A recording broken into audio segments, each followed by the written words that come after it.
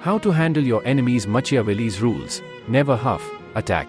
Either finish it completely or don't touch it at all. Let me open with something that happened to almost every one of you. At some point in your life, in your career, in your business, in your social circle, in your family, someone came after you. Maybe they undermined you in a meeting. Maybe they spread a narrative about you behind closed doors. Maybe they took something that was yours, a client, an opportunity, a position, a relationship. Maybe they simply made it their quiet mission to see you fail. And you had a choice in that moment. You could ignore it. You could respond softly. You could try to make peace. You could fight back partially, just enough to signal that you noticed, just enough to show you weren't completely passive. And if you chose that last option, the partial response, the half measure, the small retaliation that stopped short of actually resolving anything, I want you to think about what happened next. Did the threat go away? Or did it come back stronger? Did the person back down? Or did your half response simply confirm to them that you could be pushed, and give them time to regroup, to prepare, and to come at you harder the next time? If you be honest with yourself, you already know the answer. 500 years ago, Niccolò Machiavelli wrote one of the most brutally honest lines in the history of political philosophy. And it applies not just to princes governing states, it applies to you, right now, in your actual life. He said, men must be either pampered or crushed, because they can get revenge for small injuries but not for fatal ones. Do not huff, attack. Either finish it completely, or don't touch it at all. Today, we are going to unpack that principle fully. We are going to understand what it means, why it is true, where it applies in your real life, and, critically, how to use it wisely. Because this principle, misunderstood, makes you reckless. But understood fully, it makes you one of the most strategically formidable people in any room. Let's begin. First, let's understand the psychology behind this principle. Because Machiavelli wasn't just making a tactical observation, he was describing something fundamental about how human beings process conflict. When you are hurt, when someone wrongs you, threatens you, undermines you, what happens inside you? If the injury is small, a minor slight, a manageable loss, you absorb it. You might be irritated, but you move on. The cost of revenge doesn't outweigh the inconvenience of the injury, so you let it go. But if the injury is large, if it costs you something truly significant, the calculation changes entirely. Now you are motivated. Now the cost of revenge feels proportionate to the suffering you endured. Now you will spend real resources, time, energy, money, relationships, to make it right. Machiavelli saw this clearly, and he drew the strategic conclusion. If you are going to act against an enemy, if you are going to move against someone who threatens your position, your interests, your reputation, your livelihood, you must do so completely enough that they cannot recover to retaliate. Because a half attack is the worst possible outcome. It costs you the resource of having acted. It alerts your enemy that you are a threat, removing the element of surprise permanently. And it leaves them functional, motivated, and now specifically focused on you. You have spent something, you have gained nothing, and you have created a more determined enemy than the one you started with. This is the trap of the half attack. And most people fall into it repeatedly, not because they are stupid, but because the alternative feels extreme. Because finishing something completely feels aggressive in a way that makes most of us uncomfortable. And because starting something and then stopping feels like a reasonable middle ground. It is not a middle ground. It is the worst ground. Machiavelli was unambiguous about this. Now let's talk about the other side of the principle. The one that people overlook because the first part sounds more dramatic. Don't touch it at all. This is the option that requires the most discipline. And it is often the correct one. Not every threat requires a response. Not every enemy is worth engaging. Not every conflict is worth entering. And the ability to accurately identify which battles are worth fighting, and which ones are better left alone, is one of the rarest and most powerful strategic skills a person can develop.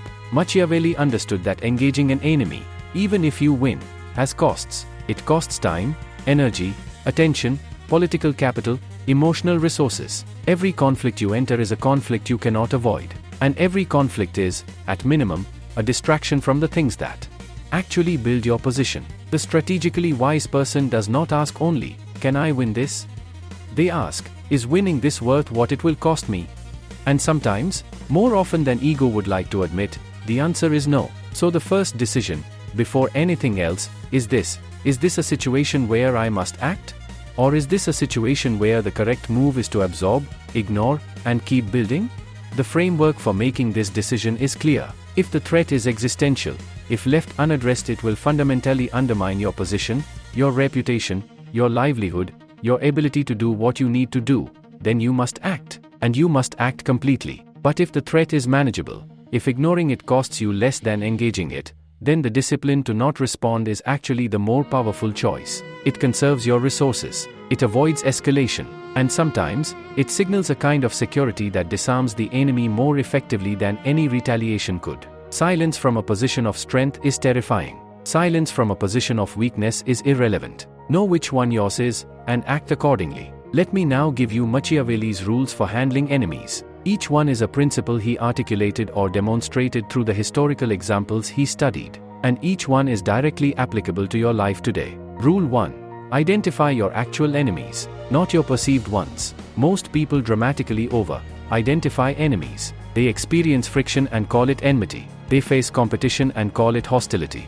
They encounter someone who disagrees with them and begin treating that person as an adversary. This is strategically catastrophic, because it means you are spending the resources reserved for actual enemies on people who are simply not aligned with you in a particular moment. And it means the field of people you are in conflict with grows continuously, while your actual allies shrink. Machiavelli was precise about this. An enemy is not someone who disagrees with you. An enemy is not someone who competed for the same position. An enemy is not someone who once said something critical about your work. An enemy is someone who has made a deliberate, sustained choice to undermine your position, your interests, or your well-being. Someone for whom your failure is a goal, not a side effect. Before you invoke any of the principles we're going to discuss, be absolutely certain about your diagnosis, because treating a neutral or even a potential ally as an enemy creates the very enmity you feared. Be ruthlessly accurate about who is actually against you, and find that the list is usually shorter than your anxiety suggests.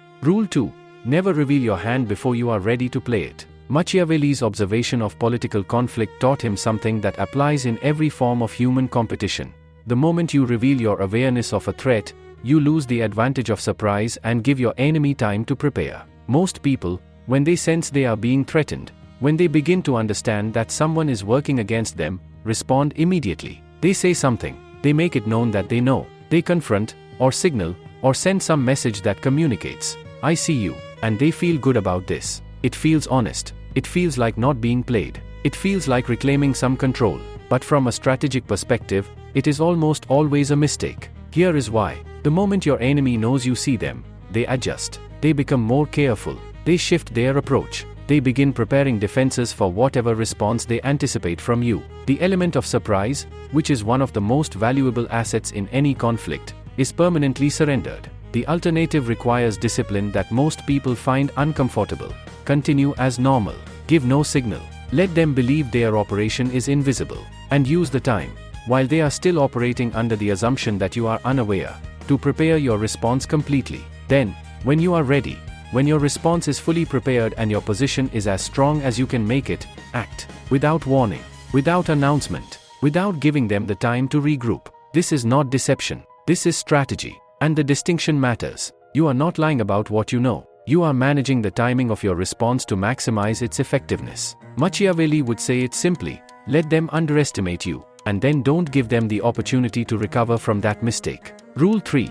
Neutralize the threat, not just the person. This is where most people's approach to enemies is fundamentally flawed, and it is one of the most important insights in all of Machiavelli's writing on conflict. When most people think about dealing with an enemy, they think about dealing with the person, about the confrontation, the exposure, they exist within systems, within networks of allies, resources, information, and influence. And defeating the person while leaving the system intact is like cutting off one head of something that immediately grows another. The question is never just, how do I neutralize this person?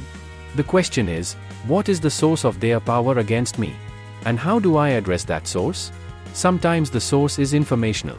They have information or narrative control that is damaging to you. The solution is not to attack the person directly, but to reclaim narrative control, to get your truth told more powerfully than their version. Sometimes the source is relational. They have allies and you don't, in a particular context. The solution is to build those relationships before the conflict requires them, to create alliances that shift the balance of influence. Sometimes the source is positional. they hold a position that gives them leverage over you. The solution is to reduce your dependence on that position, or to build your own position of equal or greater influence. When you address the source of the threat, rather than just the person, you resolve something in a way that doesn't simply create a more motivated enemy. You change the structural conditions that made the threat possible in the first place. This is the deeper meaning of Machiavelli's principle about crushing rather than merely injuring. The crushing is not about personal destruction. It is about making the threat permanently unviable. And that often has less to do with the person than with the conditions that gave them power. Rule 4. Your best defense is becoming too valuable to attack. Machiavelli observed that the princes who were most secure were not necessarily the ones with the biggest armies. They were the ones who had made themselves, through their usefulness, their resources, their alliances, and their reputation, too costly to remove. This principle translates directly into modern life. And it is perhaps the most elegant solution to the problem of enemies, making yourself too strong, too connected, too valuable to touch. When you are genuinely excellent at what you do, when your presence creates value that others depend on, attacking you becomes strategically irrational. Because the person attacking you has to answer the question, what does the world look like after this person is gone?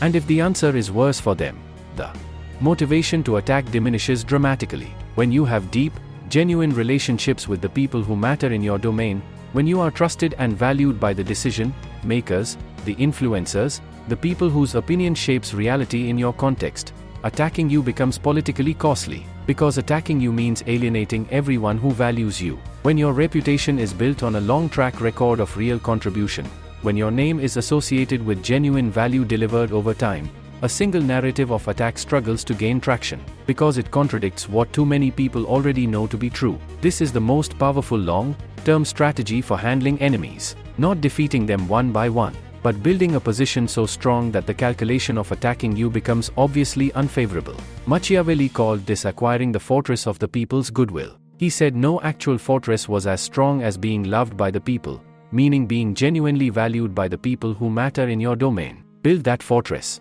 It takes longer than any tactical response. It is more reliable than any single confrontation.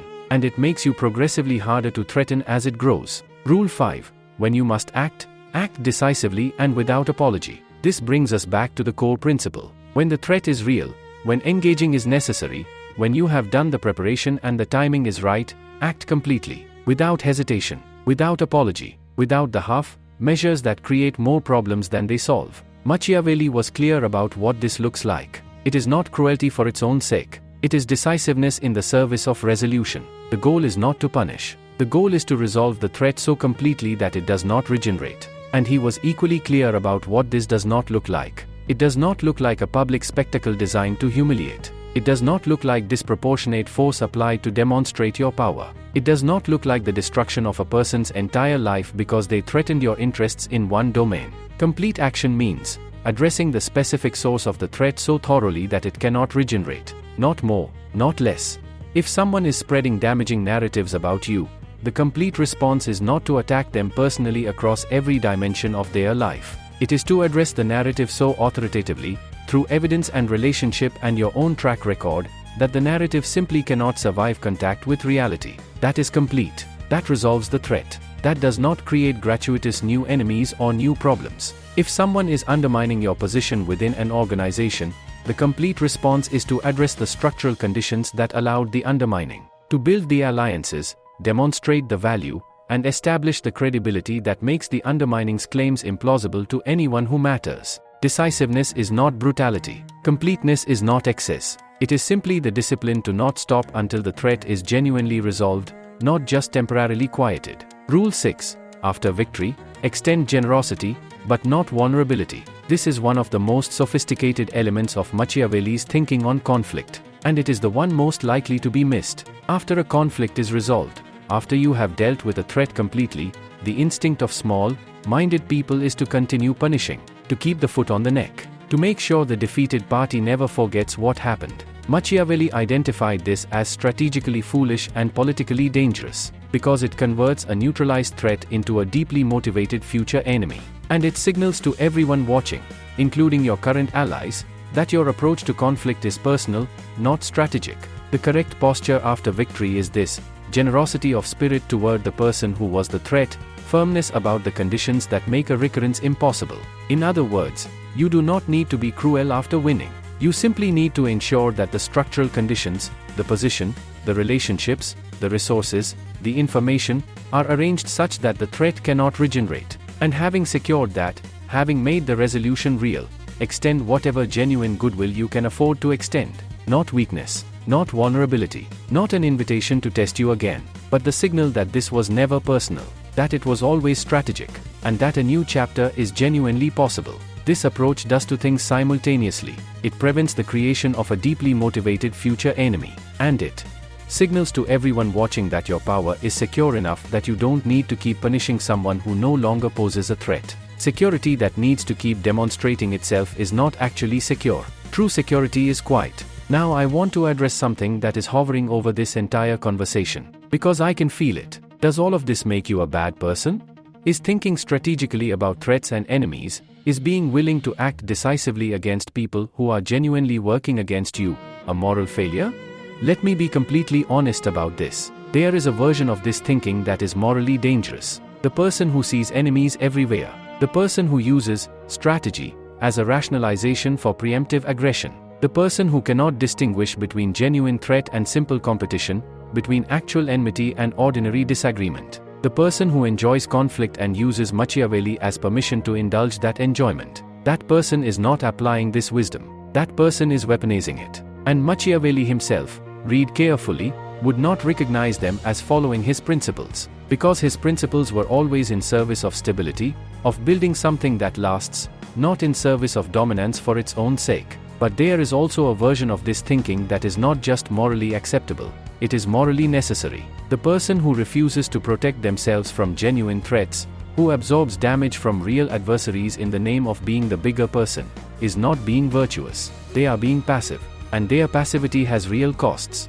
to themselves, to the people who depend on them, to the work they are trying to do in the world. You have a responsibility to protect your position, not because your ego demands it, but because your position is what allows you to do the things you came here to do. Your reputation is what allows you to influence the things you care about. Your ability to function is what allows you to serve the people you were committed to serving. Protecting those things, strategically, firmly, completely when necessary, is not selfishness. It is stewardship. Know the difference between protection and aggression. And within that clarity, protect without apology. Let me give you the practical framework. The C-R-U-S-H method.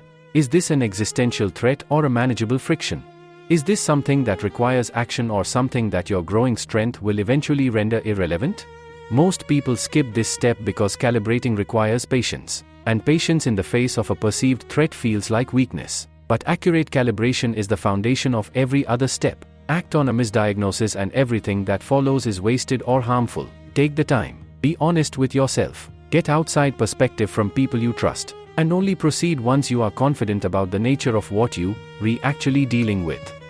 Resist the urge to respond immediately. The initial impulse when you sense a threat is to act, to say something, to make a move, to signal that you are not passive. Resist this, almost always, because immediate responses are almost always emotional responses. And emotional responses almost always reveal more than they accomplish. They show your hand, they confirm your sensitivity, and they give the enemy information they can use. Breathe, wait, use the time to observe, to gather information, to prepare. The person who can remain composed under the pressure of a developing threat is operating on a completely different strategic level than the person who reacts immediately. Patience here is not passivity, it is preparation. You understand the source of their power. Before you act, understand what actually enables the threat. Is it information? Relationship? Position? Narrative control? Resource? Because your response needs to address the source, not just the symptom. Addressing only the symptom, only the immediate manifestation of the threat, without addressing its source is exactly the half-attack Machiavelli warned against. The symptom returns. The source continues generating it. Map the system. Understand what enables the threat. And prepare a response that addresses that system.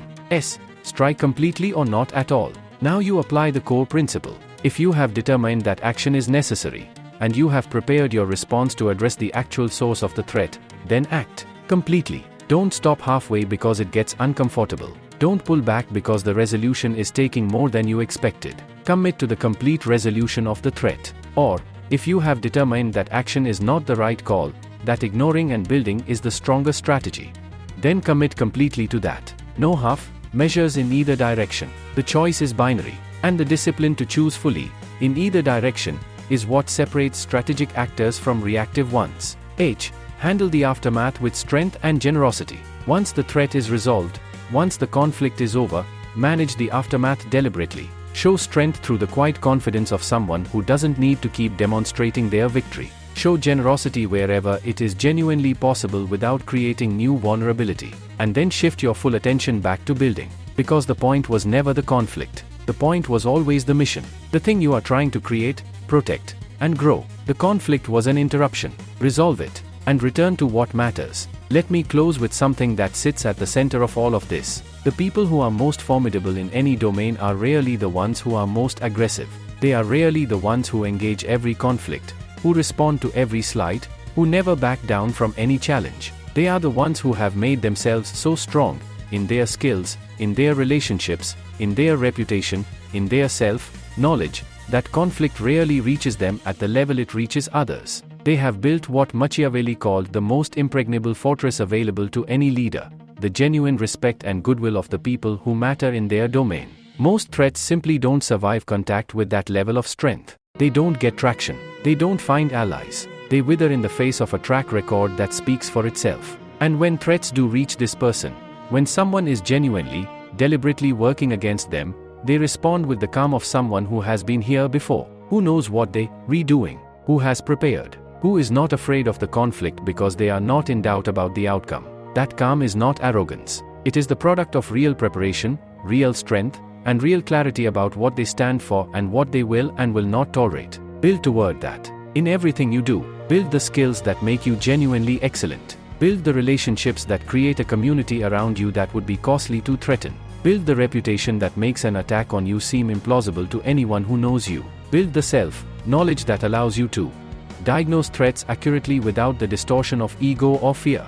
And in the rare moments when a genuine threat requires a genuine response, apply Machiavelli's principle. Completely, calmly, without hesitation and without apology. Don't huff, attack. Never huff, attack. Either don't touch it at all, and keep building, keep growing, keep becoming more untouchable. Or finish it completely, so thoroughly that it cannot regenerate. So decisively that the message is clear, the threat is resolved, and you can return, without lingering drama, without ongoing distraction, to the only thing that was ever actually the point. The mission, the work, the thing you came here to build. That is what Machiavelli was actually saying 500 years ago, in a world more dangerous than yours, but not as different as you might think. Now go build something that's hard to threaten. That's the deepest application of everything we discussed today, and it is the most lasting victory available to you.